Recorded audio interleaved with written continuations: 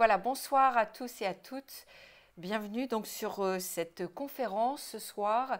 Et donc, ceux qui se sont connectés, vous pouvez partager, vous pouvez liker. On va attendre quelques petites minutes que tout le monde se connecte. Donc, c'est un sujet important puisque c'est à propos de Jésus le grand berger qui est venu prendre soin des brebis.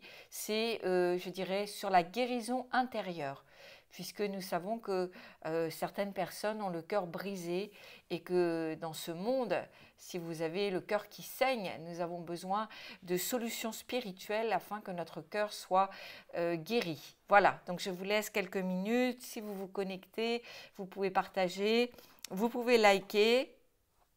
Et je vais bientôt démarrer, voilà, à propos de la guérison intérieure.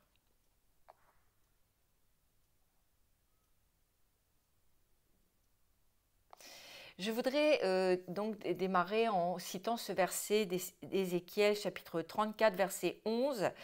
C'est le prophète Ézéchiel qui disait, donc en parlant de Jésus qui allait venir, il disait « Car ainsi dit l'Éternel, me voici, moi je rechercherai mes brebis et j'en prendrai soin. » Et c'est une bonne nouvelle pour chacun des personnes qui ont besoin qu'on prenne soin d'elles.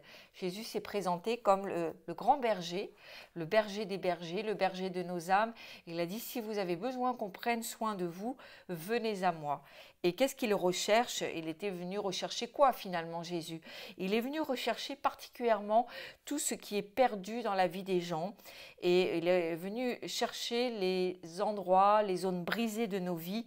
Et cela nous parle de brisement aussi. Le berger, celui qui prend soin des âmes, nous dit que les zones forcément de mort, les zones brisées, les zones cassées en nous, il allait venir pour rétablir cela, pour reconstituer cela dans nos vies.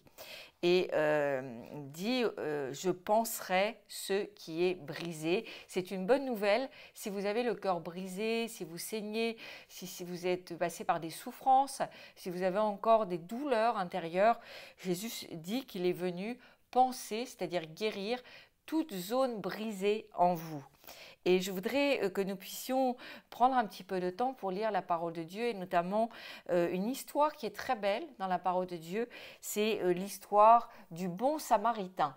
Vous savez, c'est une histoire qui est connue, le bon samaritain, et on trouve ça dans Luc au chapitre 10 et au verset 25 à 37. Je lis pour vous. Voilà, un homme descendait de Jérusalem à Jéricho, il tomba entre les mains de brigands qui le dépouillèrent, le rouèrent de coups et s'en allèrent en le laissant à moitié mort. Un prêtre qui par hasard descendait par le même chemin vit cet homme et passa à distance. De même aussi un lévite arriva à cet endroit, il le vit et passa à distance. Mais un samaritain qui voyageait arriva près de lui et fut rempli de compassion lorsqu'il le vit. Il s'approcha et banda ses plaies en y versant de l'huile et du vin. Puis il le mit sur sa propre monture, le conduisit dans une auberge et prit soin de lui. Le lendemain, à son départ, il sortit 2 pièces d'argent, les donna à l'aubergiste et dit « Prends soin de lui. Ce que tu dépenseras en plus, je te le rendrai à mon retour. » Et je crois que c'est un peu pour chacun d'entre nous. Nous avons tous besoin qu'on prenne soin de nous. Et ce bon samaritain, c'est bien sûr l'image de Jésus.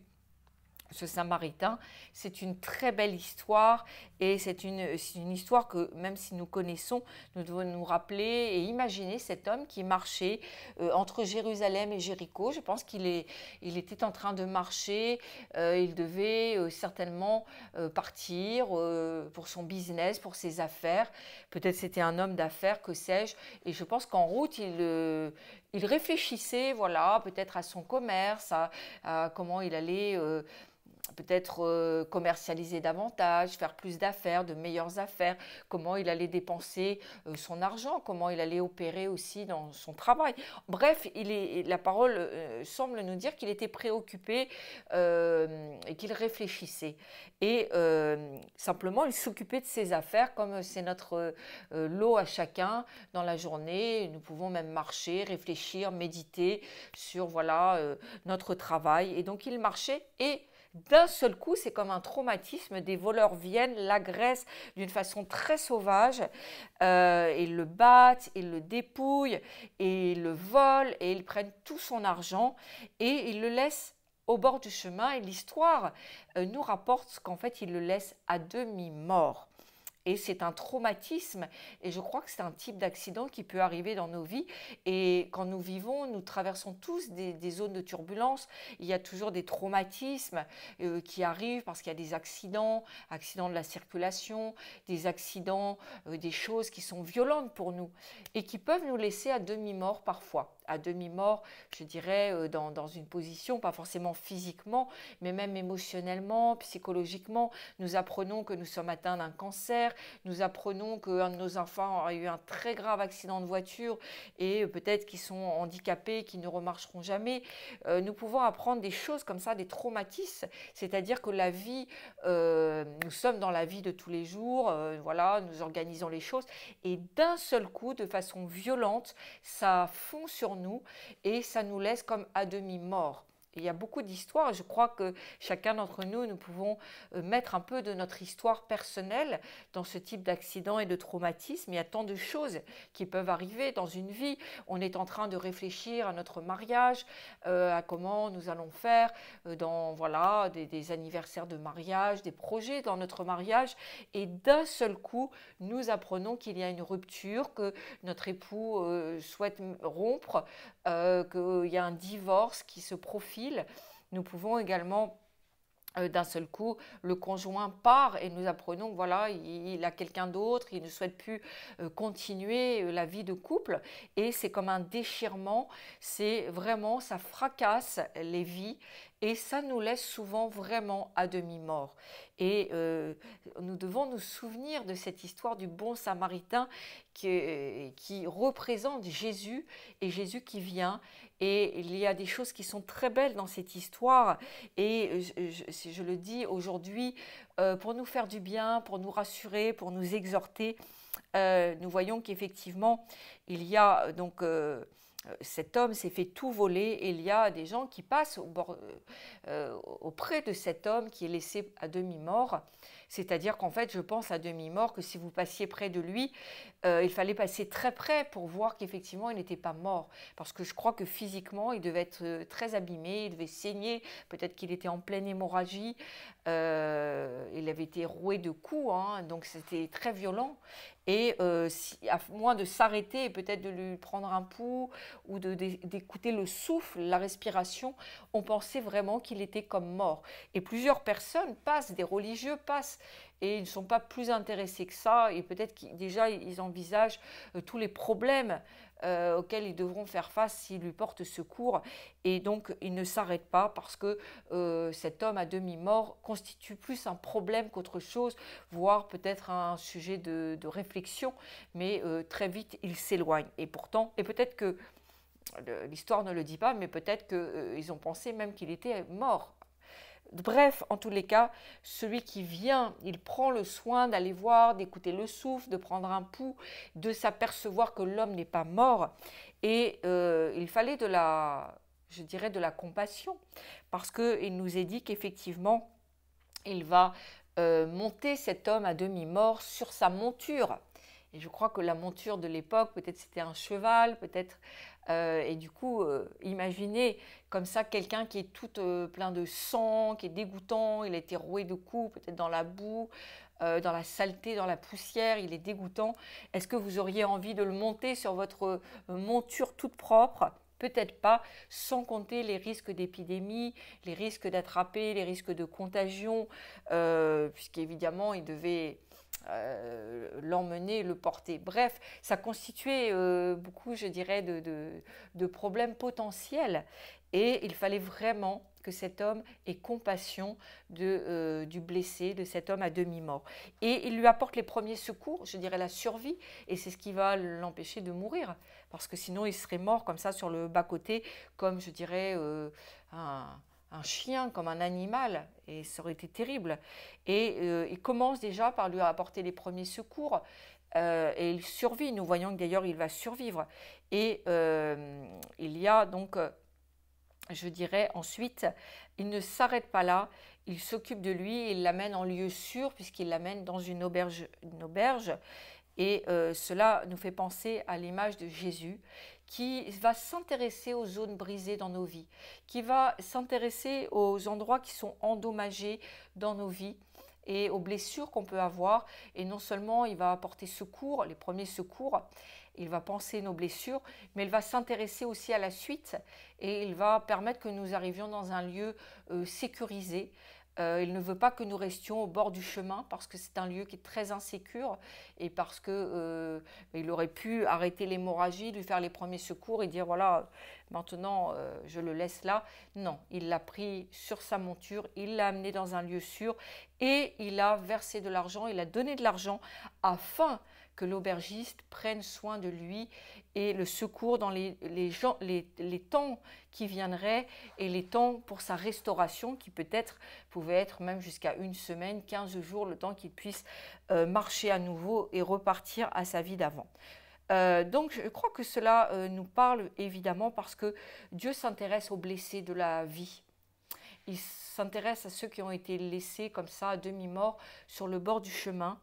Et le Seigneur vient et il amène comme ça des ténèbres à la lumière, de la prison à la liberté, les vies. Il amène d'un lieu de brisement à un lieu de plénitude. Et c'est vraiment une image remarquable, cet homme dans ce bon samaritain qui nous montre le caractère de Jésus. Et également, il dit donc... il le dira, le prix a été payé, tout a été payé et donc il va déjà anticiper et voir une restauration totale, future. Et l'histoire, quand elle est racontée dans la parole de Dieu, on voit qu'effectivement, à la fin, Jésus va dire à cet homme à qui il raconte l'histoire, va et fais de même. Et il dit à tous ses disciples, allez et faites de même. Et je crois que l'Église, c'est le mandat de l'Église aujourd'hui, de ne pas laisser sur le bord du chemin les blessés de la vie particulièrement, et les blessés tout court.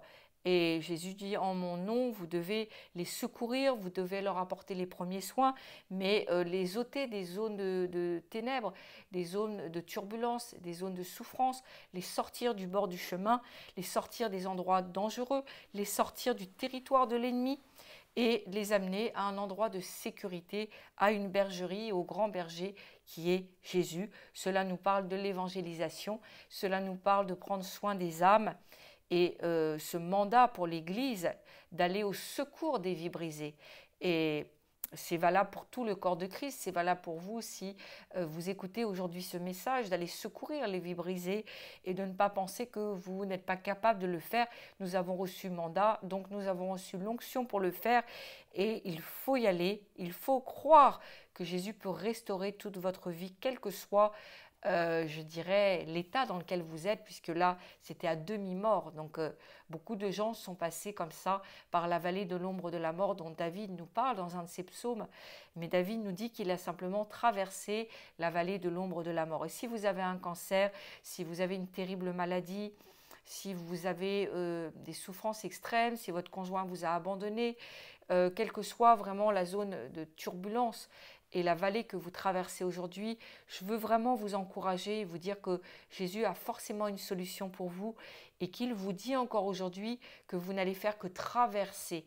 Le Seigneur ne vous laisse jamais dans les ténèbres, il ne vous laisse jamais dans la vallée de la mort, de l'ombre de la mort, mais il y a une solution en lui vers la restauration, vers la guérison, vers la délivrance. Il veut vous ramener à la bergerie. Cherchez un berger, cherchez une église, cherchez quelqu'un qui va prendre soin de vous et qui va vous montrer également la vérité partout où le diable a mis le mensonge.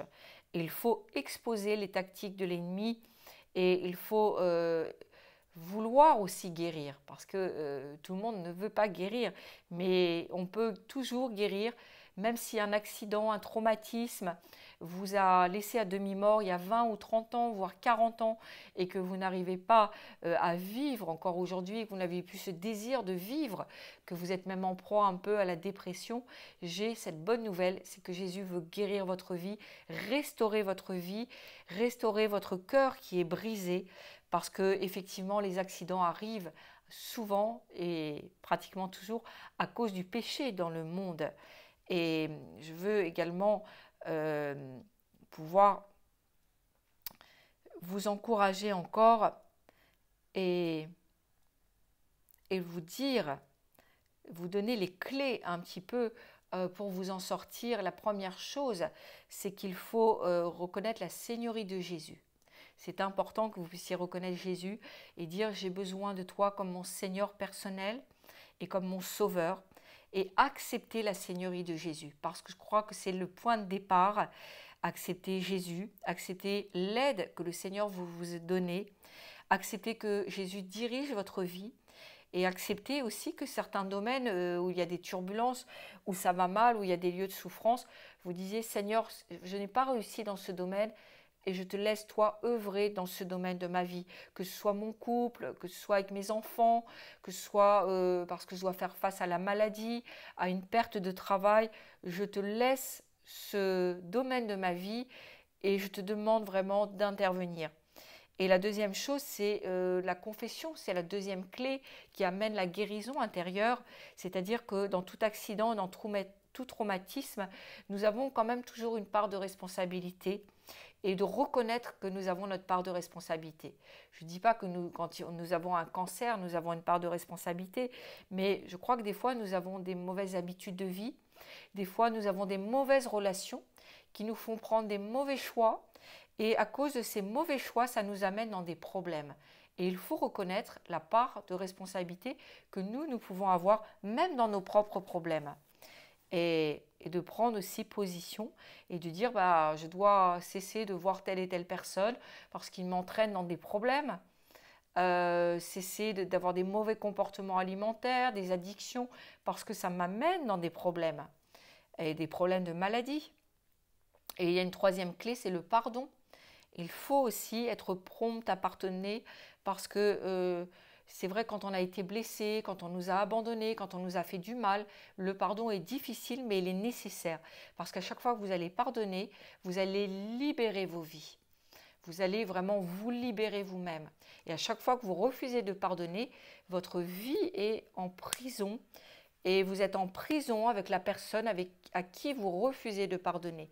Ça veut dire que vous allez sans arrêt avoir des pensées avec cette personne, vous aurez des pensées de vengeance, vous serez amer. Et évidemment, ce non-pardon va amener jusqu'à des cancers dans vos vies, des maladies. J'ai vu beaucoup de gens développer des maladies parce qu'ils n'arrivaient pas, ils ne voulaient pas pardonner. Donc voilà, ce sont des clés que je vous donne pour la guérison intérieure. Nous voyons que Job a subi de plein fouet un traumatisme très violent puisqu'il a eu une maladie terrible qui l'a fait souffrir le jour et la nuit, nous dit la Bible. Mais je vous rassure, il n'a fait que traverser l'ombre de la mort, ça n'a pas duré. Et s'il a perdu beaucoup de choses, parce que le traumatisme est venu à la suite de la mort de ses enfants, et ça a été très violent.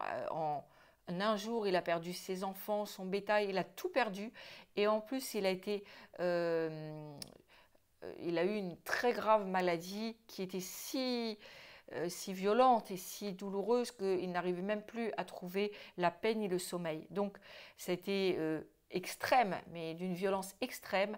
Mais nous voyons que Dieu l'a restauré et a multiplié ce qu'il avait, puisqu'il lui a redonné beaucoup de biens, des troupeaux, il lui a redonné des enfants, il a tout multiplié par la suite et il a eu la santé divine derrière et il a été béni.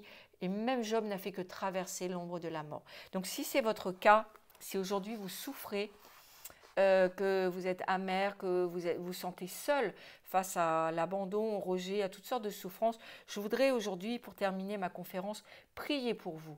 Voilà, si vous pouvez tendre la main, je voudrais, et mettez la main sur votre cœur, je vais prier. Seigneur, je te prie vraiment pour tous ceux qui regardent et ceux qui regarderont, et je prie vraiment, et je viens au nom de Jésus, penser les cœurs brisés. Je mets vraiment, avec le mandat que j'ai reçu du ciel de guérison intérieure, je proclame maintenant qu'il y a une cicatrisation qui se fait dans vos blessures intérieures. Et je proclame que tout rejet s'arrête, que tout sentiment d'abandon et de solitude s'arrête et que par les meurtrissures de Jésus, vous êtes guéris de toute blessure intérieure. Merci Père de gloire de ce que tu fais maintenant et je crois vraiment qu'ils ressentent ta paix, qu'ils ressentent une chaleur sur eux qui vient. Ils sentent vraiment la présence de ton Saint-Esprit qui agit puissamment en profondeur et qui les libère. Je crois vraiment et je prie afin que la cicatrisation commence dans vos cœurs et que le Seigneur vous donne de voir les choses spirituellement, que vous n'allez pas rester dans vos zones de souffrance, dans vos zones de blessures, dans vos zones de ténèbres et de solitude, mais que le Seigneur vous met sur sa monture, qu'il vous donne les premiers secours et qu'il vous amène en lieu sûr dans une bergerie, dans une auberge, dans une bergerie, afin que vous sortiez de vos problèmes. Merci Seigneur parce que tu es notre solution et à chaque problème que nous t'amenons, tu as une solution divine. Merci pour ta grâce, merci pour nos jours, merci pour nos lendemains. Nous proclamons que maintenant en toi, nous sommes sécurisés dans le nom de Jésus-Christ. Amen. Voilà, je vous bénis vraiment dans le beau nom de Jésus-Christ. Vous pouvez partager cette vidéo, vous pouvez la liker, me faire des commentaires et croyez vraiment si vous êtes blessé que quelque chose s'est passé aujourd'hui. Il y a une cicatrisation qui vient. Remerciez tout simplement le Seigneur en disant « Je reçois aujourd'hui la guérison intérieure ». Je crois que, si vous avez envie de pleurer, pleurez parce que ça fait partie de la cicatrisation et de la guérison intérieure. Voilà, que la grâce de Dieu soit sur vous.